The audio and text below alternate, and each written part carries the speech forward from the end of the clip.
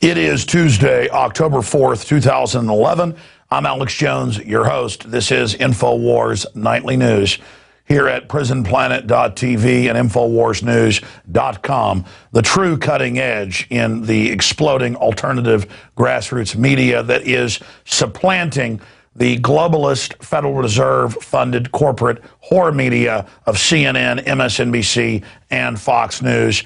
Coming to you from Austin, Texas tonight, I'm Alex Jones, your host. We've got quite a transmission lined up for you. Nomi Prins, a Goldman Sachs insider who now 8 years ago predicted the derivatives implosion we're seeing, will be joining us for an in-depth video interview.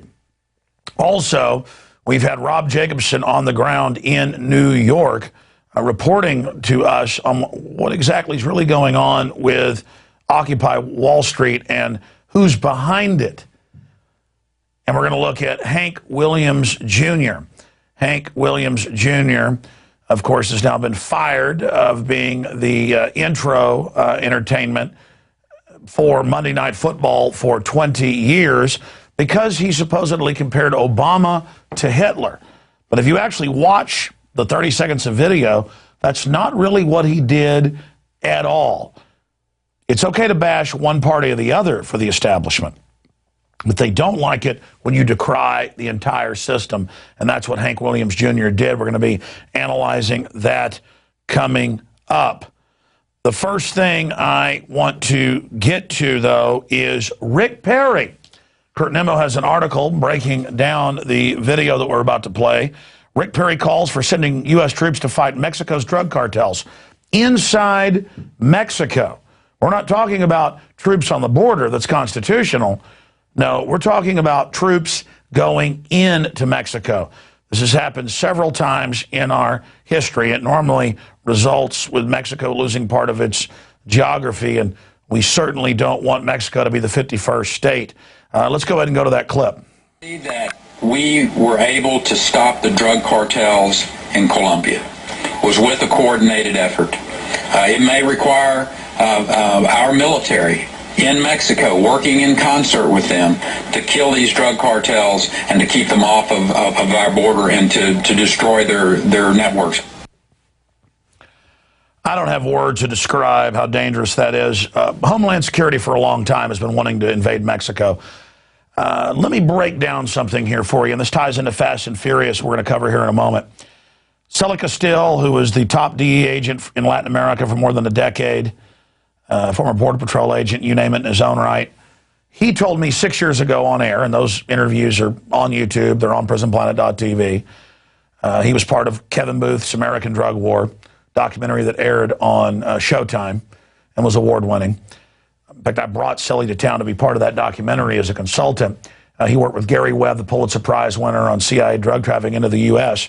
But even though Celly came off as credible, it was still hard to believe what he was telling me. And he said, well, Los Zetas works for the U.S. government. They've been trained at Fort Benning, Georgia. Years later, that did come out. And he said they've approached me, and the U.S. government and CIA have approached me to train them down by the King Ranch down in South Texas to wage a war in Mexico. And he said Calderon's going to get elected next year, and there's going to be a huge war down there, just like in Colombia, over the drugs, not to stop the drugs. And he said the ATF is shipping guns in. Now, there was no news about this, no court hearings, no nothing. Now, 2 years ago, Holder comes out and he gives a speech about Fast and Furious. That's why he's been caught in perjury. The guy's been public with it, saying we're tracking guns into Mexico. What they were actually doing was sending tens of thousands of guns, and one shipment alone, 2,000, to the Sinaloa drug cartel. And we've done 2 or 3 past broadcasts on this just last month showing El Paso Times. In fact, that's probably even still on the computer from a few weeks ago if you want to show it. Or maybe later we can do a report on tomorrow night. The point is, the El Paso Times, Chicago Tribune, all reporting what's come out in federal court documents, the government's admitted it, that yes, for at least 5.5 years, the Sinaloa cartel, that's the biggest one on the Mexico-U.S. border, has been given full authorization to shift in unlimited cocaine by the tens of tons into the U.S., and the ATF ships them guns. Now, it's come out in more emails and more testimony in Congress that the White House knows, Holder knows, he lied and said he didn't know. But the Republicans, who are now, some of them calling for a special counsel to probe Holder on the Fast and Furious probe, that supposedly broke today on Fox News, they're not going to be able to dig too deep because this goes back to Bush. This is Iran-Contra Part 2. It's now come out that the U.S. government, ATF, FBI, DEA, other agencies, 7 in total, are shipping guns into Chicago, into Indianapolis, the drug route up north from Mexico, into Tampa. They're not just shipping guns into Mexico to the cartels that launder their money through big U.S. banks. They're shipping them all over the United States. I mean, this is so criminal. And they're talking about some big political thing where they'll make Holder resign and, oh, they screwed up and all this to get some political points. You're not going to fix this until you take it back to square one, to Vietnam and the Defense Department and the CIA bringing the drugs into this country that's been declassified and admitted. And it went on through the 80s. I'm going to probably have Ricky Ross on tomorrow, who ran the drugs for the CIA, what, 50 million a day or so in Southern California. He just got out of prison. We are deep into this, deep into covering it. And yes, risking our lives to connect these dots for you. But they're there publicly. So here's the LA Times. Emails show top Justice Department officials knew of ATF gun program and lied. ATF Fast and Furious. New documents show Attorney General Eric Holder was briefed in July 2010. He gave a speech, several speeches, in fact, one in Texas in 2009, bragging about Fast and Furious and how they were tracking guns. That was their cover. This is nothing but arming Los Zetas and others trained at Fort Benning, Georgia. It doesn't get any more obvious than this. It's open and shut. The mega banks that run America, the same ones that are butchering our economy, are working with the Mexican government to knock out the other cartels. And Perry says that we should send U.S. troops down there.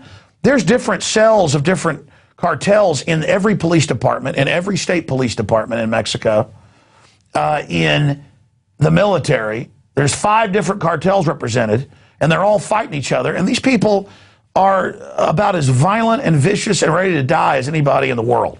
Our military is going to get completely chewed up. It's not like they're lining up and fighting Santa Ana or something. You know, this is guerrilla warfare. Over $500 billion a year coming out of Mexico into the U.S.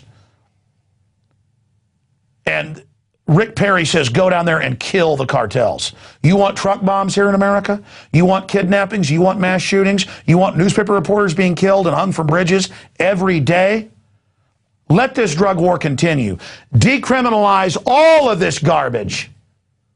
Decriminalize all of it, and it'll end overnight. Okay? But no, his answer is more war. Now, I know I spent a lot of time on this. It's going to be a two-hour show tonight if I don't shut up, but this is unbelievable. This is unbelievable. It's come out in federal court documents that they let 18-wheelers of pure cocaine drive through from Sinaloa right through these Border Patrol checkpoints, 80, 90, 100 miles into Texas. There's scores of them. In fact, Rob, you had that map. It was like 15 of them in South Texas. I went through one of them Sunday. I showed you the video last night. They got drug dogs out. And I'm like, the government deals the drugs, man. You're not searching my car. Number one, I don't use your products. Number two, it's a Fourth Amendment. They said, well, don't videotape. I'll videotape if I want to. It's my First Amendment. You got cameras crammed down my throat.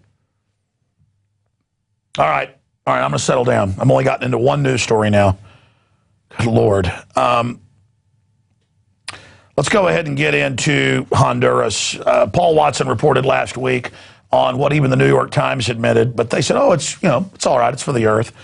That in Uganda and other areas, the UN-sponsored World Bank groups are coming in and just slaughtering people en masse, burning down villages, shooting everybody that have been on the land for thousands of years, to plant trees for carbon offsetting, because hippies, when they buy a gallon of gas, like to pay a carbon offset, even though it's voluntary, and they want to make it mandatory. And now it's been confirmed in the New American Magazine and other major publications that in just one village alone, they killed 23 farmers. They burn everything down. And it's all a UN program with the World Bank taking their land. I mean, it's just absolute genocide, and I just can't take it anymore. I told the story of in the 80s, we used to go down twice a year to Mexico, to Cancun for a couple days. Then my parents would drive me around with my sister, and we would see the pyramids and stuff. It's really beautiful down there. And my dad saw the brochures in the hotel, get Mexican land. And my dad's like, wow, Mexico's never allowed foreigners to own land. It's a sovereignty issue, because they'd had Germans and others coming in trying to take over the country 100 years ago, Europeans. And my dad went and talked to the concierge of the hotel. He did some research. I remember him in the rented car driving around going, oh, this is a UN biosphere thing. This is when I was in high school. They're taking these farmers' property, sometimes at gunpoint, and then selling it to companies and others. But because it's under UN control, you're allowed to buy it, but just have one house on it, even if it's 100 acres, for the earth. And it's all these rich yuppies buying it. And then later he learned about the machete rebellions down there when the Yucatan Mayans rebelled against it. That's why there's 30 million people instead of 10 million now in Mexico City. That's why we got illegals crawling all over us who work for nothing, because the UN went in with the Mexican army and blew their heads off if they didn't leave their land. They're like, where's the deed to your property? Well, my family's been here for 10,000 years. I don't know. You know, 100 generations are buried up there on that hill. They're like, we don't care. You're not growing your corn here anymore. Get off. Some rich yuppie wants your land. This is the type of crap that's going on. But because it's cloaked in liberalism, I mean, I swear, if you painted a tank rainbow and had troops with Rasta hair, they could eat babies, and people would say, well, it's liberal. I mean, Al Gore, all of this. I can't take it anymore. I can't take it anymore. And under the carbon tax initiatives, UN even admits 1 billion people would starve to death in a decade if they put these carbon taxes on the third world. I was down in Mexico a year and a half ago in Cozumel, and I went out to rent a little glass-bottom boat, like $50, for 2 hours, take my kids out and show them fish and stuff and snorkel. And I came out and I said, where are all the fishing boats? It was cool to pull up and see them, all the little fishermen catching fish. He said, the guy who could speak English, my wife could speak Spanish, she talked to him more, but he said in English, oh, they banned the fishing. So my wife talked to him in Spanish. And he said, yeah, for a couple of years now, no fishing allowed on